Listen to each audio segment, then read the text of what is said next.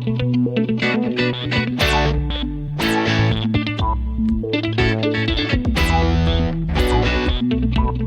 and g'day. Welcome back. I'm Darren, and this is another installment of the My Guest List Pod Review and Recommend Show.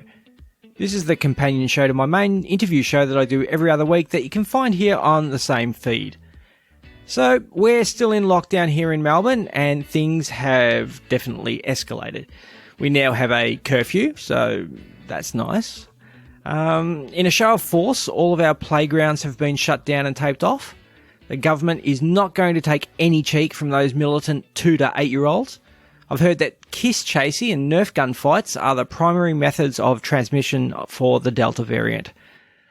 Also, you can no longer remove your mask to drink a beer outside of the venue that you bought it at. So I guess drinking through your mask is still permitted. And I guess that's the ultimate in what you call filtered beer. So it's all gone a bit nuts. And speaking of beer, before I get to this week's recommendation, I just want to pass on some thanks to one of my listeners who gave me some great constructive feedback for the show this week. I won't go into too much detail, but suffice to say her recommendations were spot on and something for me to consider in future shows.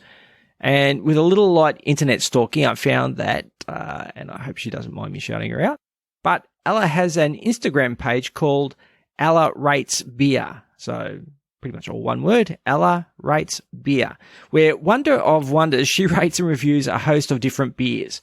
So if you like beer, and I'm guessing that could be one or two of my listeners, go check out Ella's page for some great beer and venue reviews and recommendations.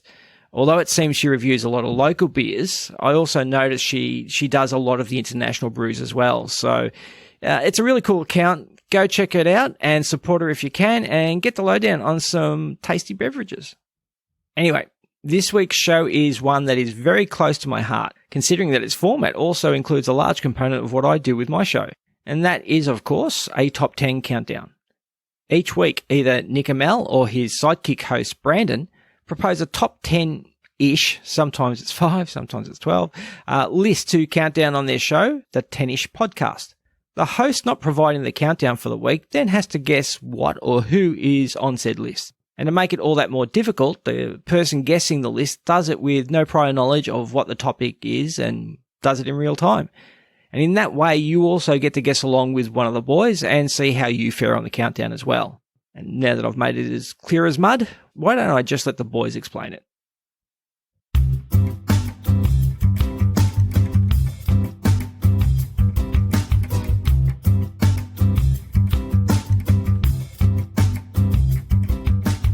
This is the 10-ish podcast, and I am your host, Nick. I'm Brandon. Brandon, doesn't it feel, it's a little relieving, it's a little relaxing to be here, and we're firmly in November now. We've survived Spooktober. We survived Spooktober. I'm excited to do a non-Spooktober list today, I hope. Yeah, this is not spooky. This list, and... Well, hang on, don't tell us yet. No, I'm not. First, tell them how the goddamn show works. Each week, one of us brings a list, usually 10 items on the list, and the other does not know the items on the list or what the list is comprised of beforehand, and they try to guess it along with you, the home or work or commuter listener.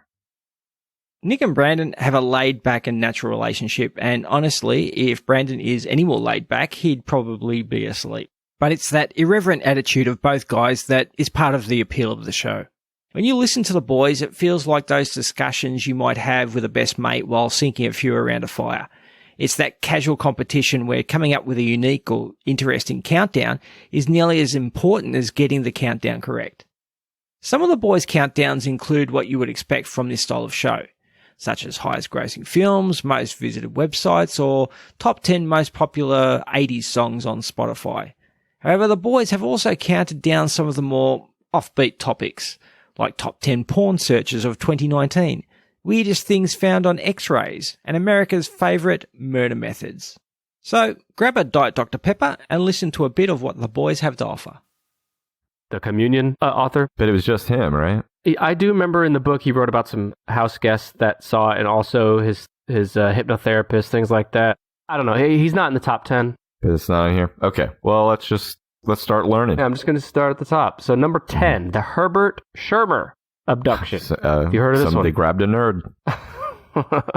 It's always the nerds. So this is number 10, Herbert Schirmer. On December 3rd, 1967, a 22-year-old police officer named Herbert Schirmer. Wait, 22 years old, Herbert? I'm already not buying There's it. no way this dude doesn't wear thick as hell glasses. And God. all the guys who bullied him in high school, like, what are you going to do to me, Officer Schirmer? He wasn't an officer in high school No, yet. no, when he's an officer, they're still bullying him. Oh, Officer Wormer. well, this guy who we're making a friend out of right now, he was on routine patrol at night in the sleepy town of Ashland, Nebraska. At around 2:30 a.m., he noticed some red flashing lights that he first assumed... Apples are probably the most well-known or widely used maybe fruit, one of them in the United States, in the Western world. But what I was thinking about this morning with apples is the apple trees in The Wizard of Oz. Okay. They always annoyed me as a kid because I understood the purpose of the apple more than the apple tree. Let me explain how. So after Dorothy meets the Scarecrow in Oz, remember she's hungry and she stops and she picks an apple off of the tree. Okay. And then the tree slaps the apple out of her hand and he's like, how would you like it if I did that to you? She's like, what the fuck? A talking tree? He slaps that out of her hand and he's mad at her. And she's like, well, I was hungry. And then they all mock her for being hungry. They go, oh, she was hungry. She was hungry. Yeah. And even as a kid, I was like, you fucking idiot trees. That is the whole point of the apple. It's supposed to fall off or be picked off or eaten off of and then carried away in the tummy of whoever ate it and then pooped out. Okay. Well, we got it. But, you would think that the apple being picked off would be a relief to that tree. Kind of like a person clipping a toenail. It's an appendage that is meant to come off. Well, it's the tree literally spreading its seed. So maybe it would feel really good. Oh, baby. Maybe he should have been like, oh, keep grabbing apples. But he didn't. They pelted them with it. Yeah, I'm with you. It's illogical filmmaking. It's irresponsible is what it is. Yeah. At the end of the day, if I was in her ruby red slippers, I'd like to see that. After they woke up the Tin Man and they are resolved to go see the wizard, remember they ask, they all kind of stand up and look at each other and they go, to Oz? Yeah. She should have said to Oz. But first, me and you and this raggedy ass motherfucker over here and your axe are going to go back across the road and we're going to chop the fuck out of some apple trees. So they're going to brutally torture and murder this living thing, the apple tree, just because he got a little perturbed that she picked something off of his body. Yeah, I guess you don't cross Dorothy. My version of Wizard of Oz is still, beat for beat, pretty close to the original, but it has some diversions. It just doesn't seem like the punishment fits the crime. Hello and welcome to the fucking Tennis Podcast. I'm your goddamn host, Nick Amell. Holy shit. Well, I'm Brandon. I didn't know we were coming in hot. We're coming in hot. Well, I came in hot. You came in, I don't know, lukewarm at best. Okay. Show me some attitude. Show me some fire.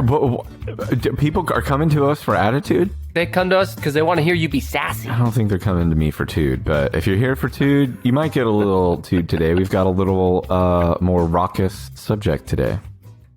Today's list is Nancy Reagan's worst fucking nightmare. What? It is your elementary and middle school DARE officers' worst fucking nightmare. Today, we're talking about the most popular recreational drugs.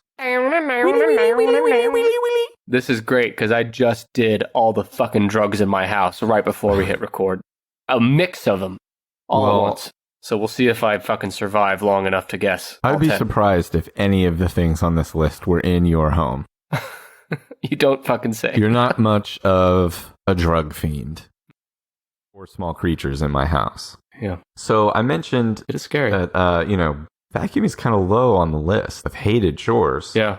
Must be some kind of pleasure, something to lighten Is it the people load. dancing while they vacuum? That's probably part of it. But I want to read to you a collection of short reports from the 5th of July, 1980 edition of the British Medical Journal. Okay. This short report is titled Penile Injuries from Vacuum Cleaners. Oh my God. These are, I'm going to read almost word for word this whole entire short report on penile injuries from vacuum cleaners. Keep in mind, this is from the British Medical Journal. So these are all British men we're about to talk about. Okay.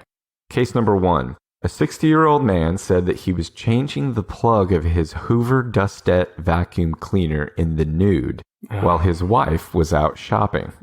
See, this is wives. No, I'm already not when believing you go it. out shopping, even if you're married to a 60-year-old man, I would say, especially if you're married to a 60-year-old man, the moment you leave, he's making plans. And, well, let's not ignore the real takeaway here. Women be shopping. Yeah, and she did. All right. So he's changing the plug of the vacuum cleaner in the nude while his wife is out shopping. It, quote, turned itself on and caught his penis, causing tears around the external meatus and deeply lacerating the side of the glands. There's a part of the penis that's actually called the meatus. Mm-hmm. The external meatus, I think the shaft is the meatus. Is this implying that the penis was sucked into the suction part? We'll get to that part. Okay. But yeah. The final result was some scarring of the glands, but the foreskin moved easily over it. So good for case number 1. Case number 2, a 65-year-old railway signalman was in his signal box when he bent down to pick up his tools and, quote, caught his penis in a Hoover Dustette, which happened to be switched on. Okay. When it says bent over, what he really was doing was getting on his belly like a snake on the ground. What kind of shithole signal box is he hanging at? He's standing naked and there's a vacuum cleaner switched on running somewhere around waist height. Yeah, somehow. Then there's tools on the floor and he's standing in the middle of all this shit naked when he's supposed to be looking out for trains. And not only all that, but these gross men were so, ashamed. I don't know what the word is, but they weren't ashamed. They were able to swallow their shame in order to possibly make a buck from complaining to the companies about their injuries. No, this isn't complaining to the companies. They went to the hospital. This is a medical journal. Oh, no, right. The Hoover Dustette, it just happens to be mentioned by name in the first 2. I think it was a very popular model. That's a part of the problem. It's the Dustette. It's a female vacuum. These men were trying to take advantage of her. She was asking for it. Case number 3, a 49-year-old man was vacuuming his friend's staircase in a loose-fitting dressing gown. When intending to switch the machine off, he leaned across to reach the plug and, you got to. quote, at that moment, his dressing gown became undone and his penis was sucked into the vacuum cleaner. This doesn't happen. No. This does not happen. I'm sorry. Well, not on accident. Does it give years on these? What year? Yeah. Let's see. There was one on here that's listed. It happened in 1973. So I would say these are, yeah. Even in 1973 and well before that, vacuum cleaners, I mean, correct me if I'm wrong, but their suctioning part, the little opening mouth that sucks up on the floor, was not large enough for a penis to just fall in there. I mean, am I wrong? Well, you can unhook the tube. And you could probably stick your dick in that tube. But these guys, I don't know where, but that wouldn't injure it. You would just get it sucked in there. The tube doesn't have a rotating blade, which we'll find out was part of the design of the Hoover Dustette. Because he had phimosis, he suffered multiple lacerations to the foreskin as well as lacerations to the distal part of the shaft of the penis, including the external meatus. And I had to look this up. Phimosis means his foreskin was too tight. The wounds were repaired with catgut, and phimosis was reduced with a dorsal slit. Ouch. A dorsal slit, meaning they slit the winky to let go of some pressure? They put a slit in the foreskin on the dorsal side, which would be like the back of the dick. Okay. Well, you're not being very scientific, so. Okay, now here are the comments below.